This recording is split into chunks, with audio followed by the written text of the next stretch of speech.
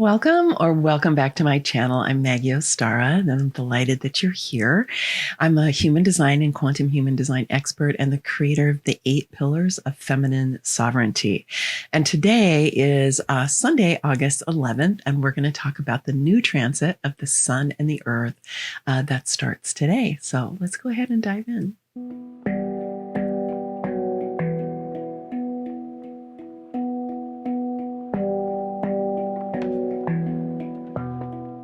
So looking at this particular transit and the different things that are going on, I feel like we have a little bit of a lull that's happening right now until we're building up, or as we're building up to the full moon that's going to happen on the 19th, which is in the next transit of the sun and earth. But right here, Mercury is still retrograde. We're at the tail end of Lionsgate, and we are, like I said, just a little bit in a lull. If you want to find out more about the Mercury retrograde or the Lionsgate, you can watch the last transit report where I talked about that there. And so right now we just still have Mercury retrograde in the gate 59, and you'll be there for a few more days, and then it'll move back into the 29.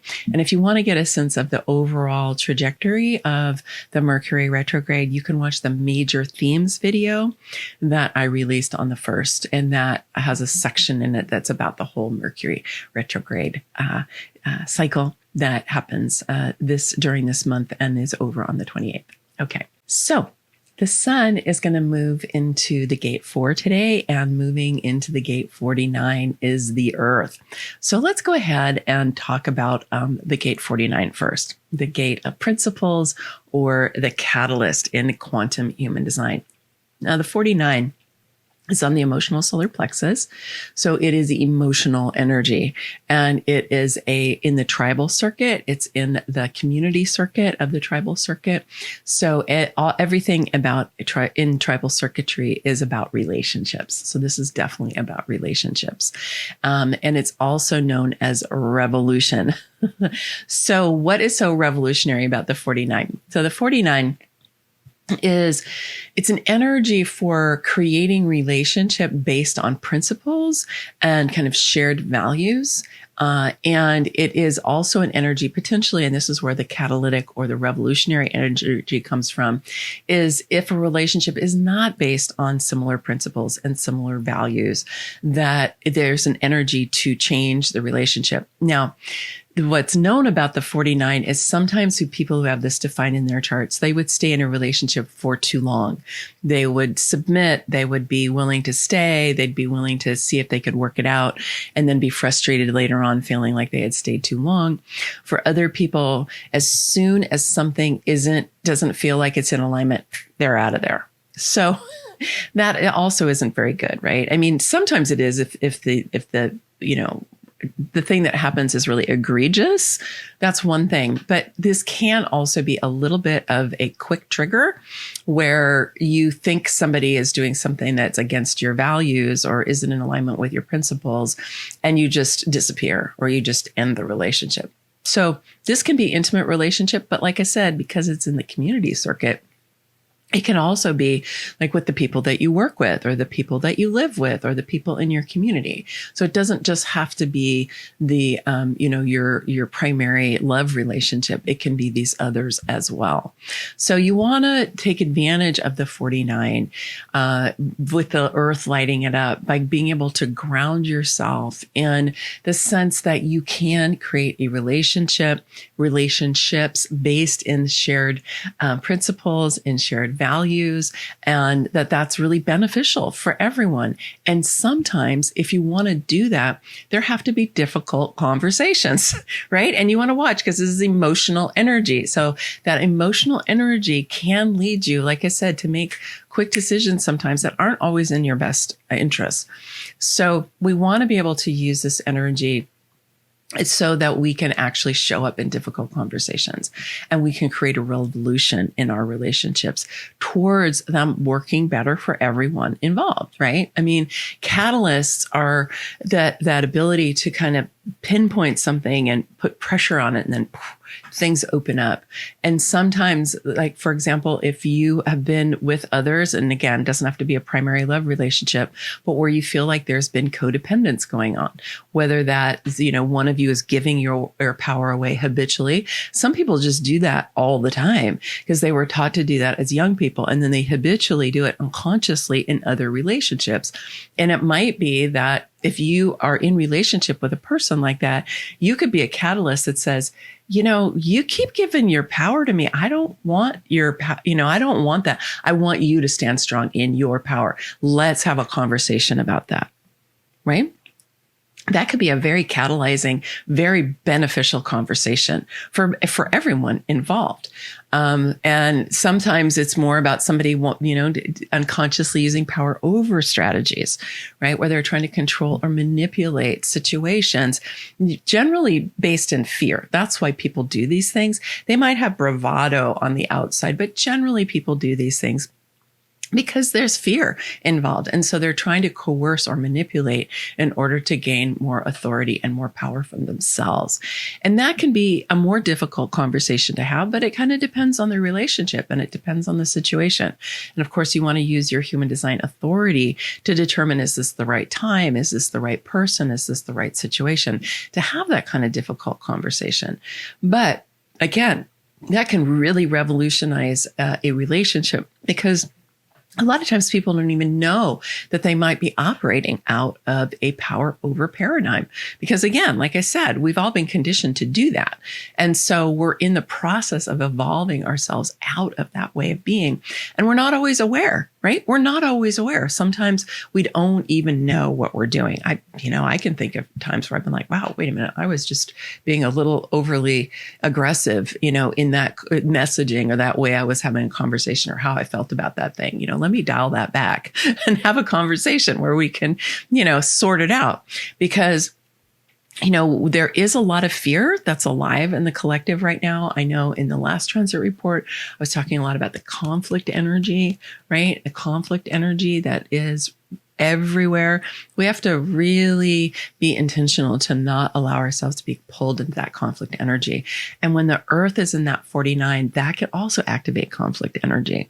So we want to really be like grounding ourselves in that, and then giving ourselves the pause to sort things out, to allow ourselves to our bodies, our emotions, our thoughts, our energy to kind of settle down so that we can get clear before we do anything or say anything or make any decisions, right? Because that's always good when it comes to emotional energy. So if you do that, then you're much more likely to have a clear sense of, is there a change? Is there a revolution that needs to happen in any of your relationships so that they can be more mutually beneficial for all of us? And then the sun in the gate 4 is resting on the earth in the gate 49. So the gate 4 is in the logic circuit and it's on the ajna. So it's right up here. It's left brain energy. It's the beginning of the logic circuit, and it is collective circuitry. And so in traditional human design, it's known as answers. And in quantum human design, it's known as possibility. So the 4 can be a little bit tricky. And it's not so much because of the 4 per se, but it's how we've been conditioned to be thinking about left-brained energy. Because in Western cultures, we really privilege left-brained energy. Analysis, strategy, planning, linear thinking, that kind of thing, right? And so we really value that. And we see that Western science is like the valid way to understand the world. Well, Western science is one way of understanding the world, but it's not the only way. There's many other ways of knowing in addition to that. But this is where it can get kind of tricky, because if we've bought into this idea that Western science and the left brain faculties are the only way to understand the world, then we kind of can get a little aggressive against other ways of knowing, right? And if you're watching this, you're interested in human design, you know about the circuit, the knowing circuit, you know about intuition, you know about creativity, you know about communing with the living world, right? You've had some of these experiences, probably otherwise you wouldn't be here.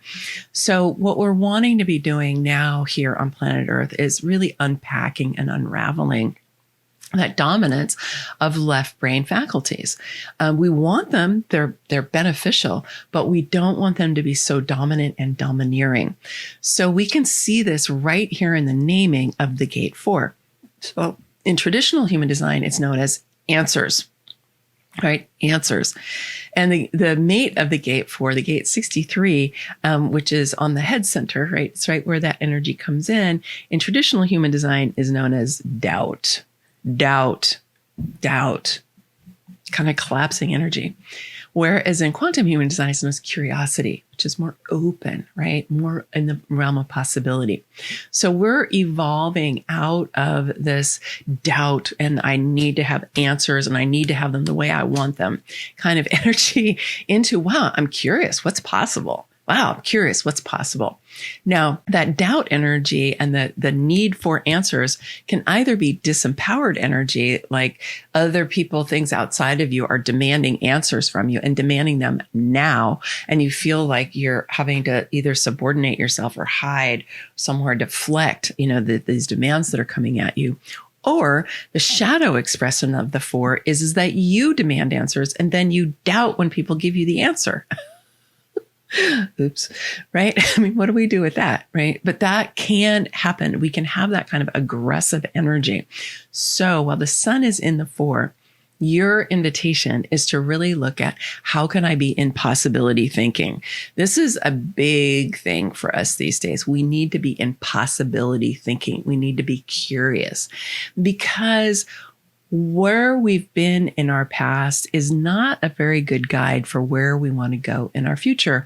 Because as a species, as a humanity, we've never been where we are right now. We don't have any real history that is going to inform us about how we're meeting the challenges that we are now.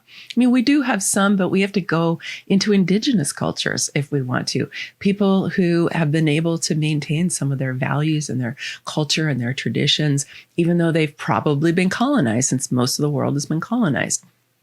Right. But even so, we don't have so much to refer to. Right. And what we're needing to do is to be receiving guidance from superconsciousness, receiving guidance from that creative intelligence of the universe. And I would also say from the living world, from the trees and the waterways, the rivers, the oceans, right? To be receiving through the living world because there's so much vitality there and there's so much richness and energy that we can tap into and we can be receiving from. So your opportunity during this transit, when the Earth is in that 49, is to be kind of gathering and noticing, where does a change need to happen in my relationships? Where can there be a revolution? Doesn't have to be a violent revolution, right? But where can I catalyze or revolutionize some of my relationships so that they feel more beneficial for me and for everyone? And you'll get support from the sun. And the sun is like, yeah, what's possible? Hey, what's possible? So if you're in that place rather than the demanding answers, right? Because that you can see how kind of the shadow expression of the 4 demanding answers and the shadow expression of the 49 revolutionizing, getting out of here. You got to give me the right answers or I'm going to disappear. That could go sideways.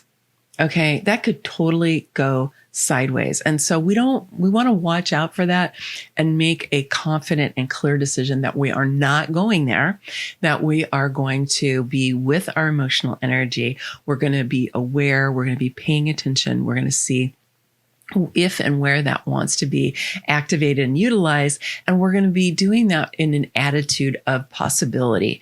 It's open. We're willing to receive new insights, new potentials, new ways of seeing things, right? So even though this is the logic circuit, it's still hooked up right here to the creative intelligence. And let's just remember that the Western scientific method was always best based in curiosity, right? Because it's about, yeah, look what's happening in the living world.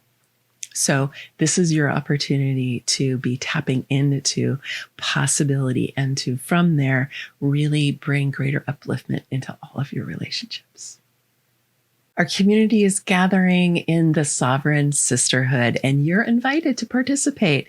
And if you register before or by August 15th, that's this coming Thursday, if you register by the end of that day, you'll get the founding member rate, you'll get a free month, and you'll get the rate that founding members get, which will be going up after this. This is a great opportunity for you if you have wanted to dig deeper into human design, if you are curious about or been digging into feminine sovereignty, if you want to be able to be in alignment with others and have camaraderie on your path of awakening so that you can really participate in the crowdsourcing of wisdom and you can receive from others about what it is that's going on for them. I mean, one of my experiences, having led groups and taught courses and programs for many years is that many times we learn as much or more from others than we do from our own expression. There's so much to be gained by us working together around the different elements that we're working on, right? So this is an opportunity for you to really take command of your energy field, of your belief system, of your emotional tone, of your auric field, and of your creativity and your intuition, and bring all of that together as you are growing yourself into the next phase of your life. It's really great for that. And it's not for you if you don't like being with other people or you're not interested in camaraderie and you really just want to do stuff on your own. It's totally fine. It wouldn't be right for you. And this is not entirely human design. So if you want something that's only human design, it's not that either.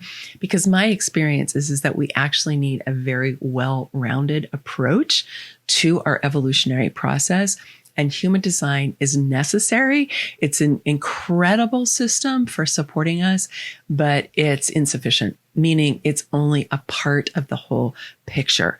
And so one of the things I'm personally excited about the Sovereign Sisterhood is that this is an opportunity for me to be offering to you all kinds of different practices and content and opportunities are drawn from many, many different modalities that I've done for years, like breathwork, right? I'm both a certified clarity breathwork practitioner and trainer, and also a certified Kundalini yoga teacher and do a lot with pranayama. So breathwork is like the most powerful way that I know to move energy quickly, to help us to build our own personal energy, to clear our auric field and to be able to take command of our energy field.